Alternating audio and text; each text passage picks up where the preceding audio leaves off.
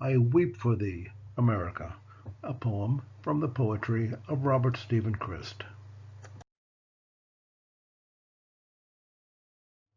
Upon hearing the results of our 2016 presidential election, I was overwhelmed with emotions of disbelief, frustration, a terrible foreboding, and in even greater sorrow.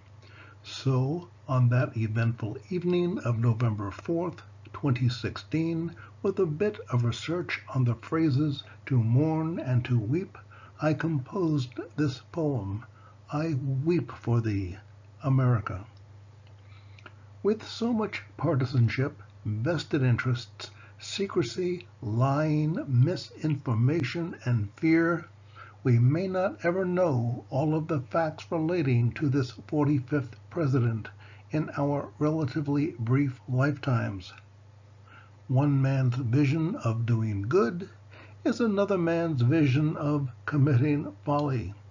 We were promised change, and the times they are indeed changing. Whether this particular change was for the better or for the worst greatly depends upon your wants, your needs, and your ideology. The changes we bear witness to have indeed proved that it is prudent to be careful what we wish for.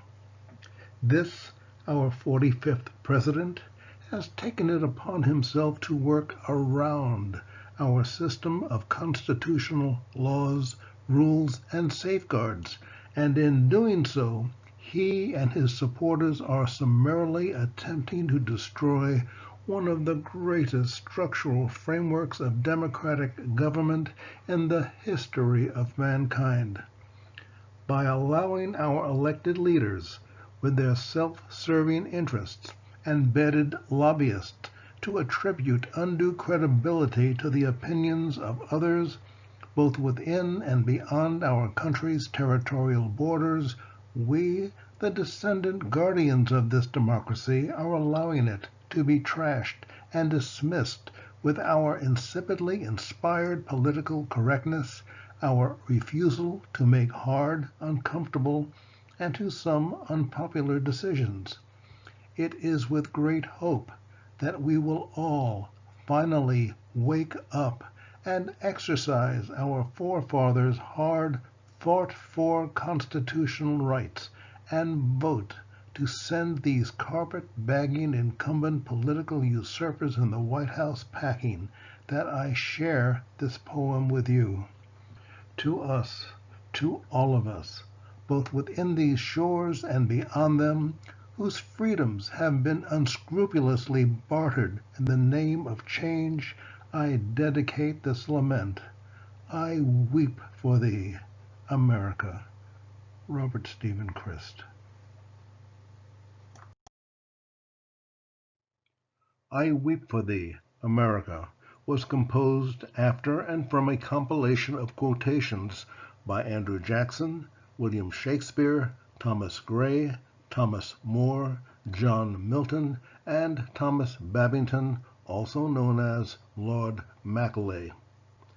Quotation: Come weep with me, past hope, past cure, past help. Attribution: William Shakespeare, Romeo and Juliet, Act 4. Quotation: Oh, weep for the hour when to Evelyn's bower the Lord of the Valley with false vows came. Attribution: Thomas More, Irish Melodies, Volume 2. Quotation: Thrice he essayed, and thrice, in spite of scorn, tears such as angels weep burst forth. Attribution: John Milton, Paradise Lost, Book I. Quotation: I weep for the liberty of my country when I see at this early day of its successful experiment that corruption has been imputed to so many members of the House of Representatives. Attribution: Andrew Jackson, 7th President of the United States of America. Quotation: I will weep for thee, for this revolt of thine methinks is like another fall of man. Attribution: William Shakespeare, Henry V, Act 2. Quotation: and weep the more because I weep in vain. Attribution, Thomas Gray, Sonnet on the Death of Mr. West. Quotation, and she, the Roman Catholic Church, may still exist in undiminished vigor when some traveler from New Zealand shall, in the midst of a vast solitude, take his stand on a broken arch of London Bridge to sketch the ruins of St. Paul's. Attribution, Thomas Babington, a.k.a. Lord Macaulay, on Ranke's History of the Popes, 1840.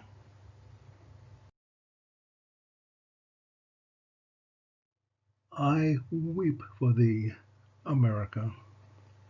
Oh, weep for the hour when to America's bower this new lord of the valley with false vows came. I essayed, and in spite of scorn burst forth tears such as angels weep, for I saw him for what he was. I weep for the liberty of my country when I see that corruption has been imputed to so many members of government, and the rights of the people have been bartered for promises of change.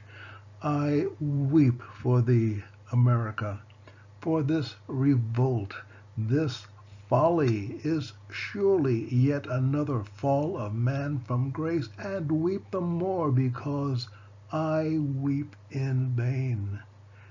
And when the dust of that called change has stilled, America may but exist in great diminished vigor, when some lone traveler in the midst of a vast solitude shall take his stand on a broken arch to sketch the ruins of what was once Camelot. Robert Stephen Christ.